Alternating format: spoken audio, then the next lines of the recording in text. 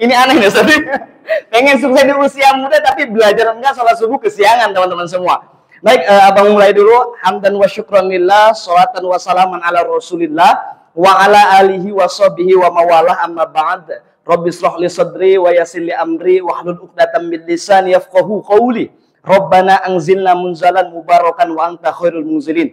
Bersyukur kita kepada Allah dengan mengucap alhamdulillahirabbil alamin. Bersalawat kita kepada Nabi Muhammad sallallahu alaihi wasallam dengan mengucap Allahumma sholli ala sayyidina Muhammad wa ala ali sayyidina Muhammad, yang kita nantikan syafaatnya di dunia wal akhirah, yang telah membawa kita dari zaman kegelapan sampai zaman sekarang yang terang benderang, alhamdulillah. Baik, yang pertama salam hormat saya sampaikan kepada Ustadz Aris yang telah memberikan kesempatan kepada saya untuk sharing.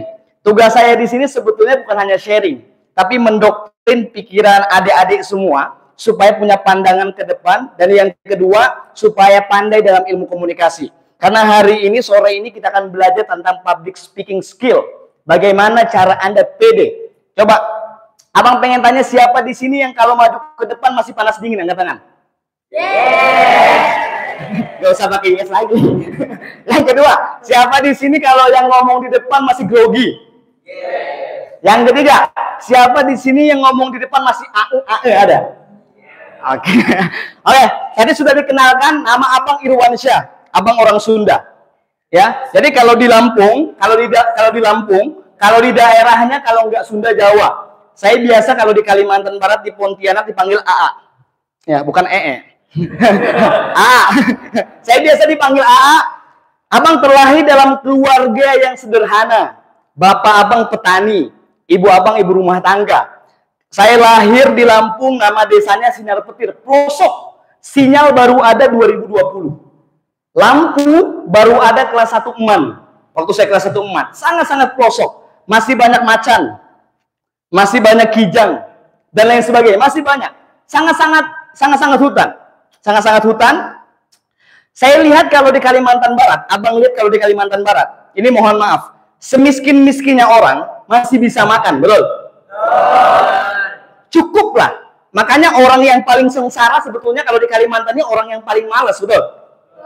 Masih bisa makan. Tapi kalau di kampung abang, karena penghasilannya bukan bulanan tapi tahunan, namanya kakao. Kakao itu coklat sama cengkih. Tahu cengkih?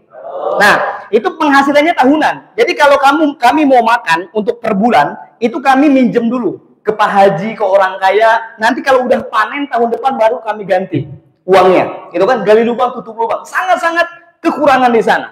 Tapi abang punya prinsip. Abang satu-satunya anak muda yang kuliah di kampung abang. Satu-satunya anak muda yang kuliah. Yang lain lulus SMA, yang laki-laki kerja, yang perempuan nikah. Nggak ada tradisi kuliah. Waktu itu abang izin ke orang tua, ke bapak. Abang manggilnya babe. Babe sama mama. Beh, mak, pengen kuliah, pengen ngerubah nasib. Mungkin jawaban orang tua Anda di sini, oke bagus, lanjutkan pendidikan. Bapak sama emak support. Tapi jawaban orang tua saya waktu itu, apa coba? Ini udah gila ya. Udah orang tua miskin, pengen kuliah, pengen ngebunuh orang tua pelan-pelan kan? Itu jawaban orang tua saya. Tapi saya ngomong ke emak bapak saya, mak bapak, insya Allah berangkat kuliah tanpa sedikit pun, sebesar pun keluar uang dari bapak sama bapak, sama emak. Memang saya dari SMA beasiswa. Akhirnya kata emak bapak saya, terserah Allah, kami udah nggak mau ikut campur lagi. Itu jawaban orang tua saya. Tapi terus saya kasih pembuktian, kesungguhan saya, kasih pengertian sampai hari ini teman-teman semua. Akhirnya saya daftar di IAIN Pontianak, saya daftar 14 beasiswa. Yang keterima 4 beasiswa. Tadi disebutkan, yang pertama saya dapat beasiswa Insan Cendekia Jakarta. Itu sampai S1 juga gratis. Yang kedua saya dapat beasiswa Visi Peradaban Foundation di Jawa. Itu gratis juga. Saya dapat beasiswa juga Indonesia Berprestasi Munzalan. Tahu Munzalan? Dapat juga. Yang ketiga saya dapat beasiswa Basnas. Sampai hari ini teman-teman. Saya pengen membuktikan kepada teman-teman, orang-orang yang memfitnah saya, tetangga-tetangga yang mencemoohkan saya dulu. Kata tetangga saya, Irwan ini udah gila. Sok-sokan pengen kuliah, udah orang tua miskin, susah makan pengen kuliah. Gila memang, orang tua saya nangis kala itu. Tapi saya membuktikan teman-teman, tanamkan prinsip ini. Ya, sukses bukan milik orang kaya. Sukses bukan milik orang pintar. Tapi sukses milik dia yang mau berjuang dan berkorban. Betul? Betul.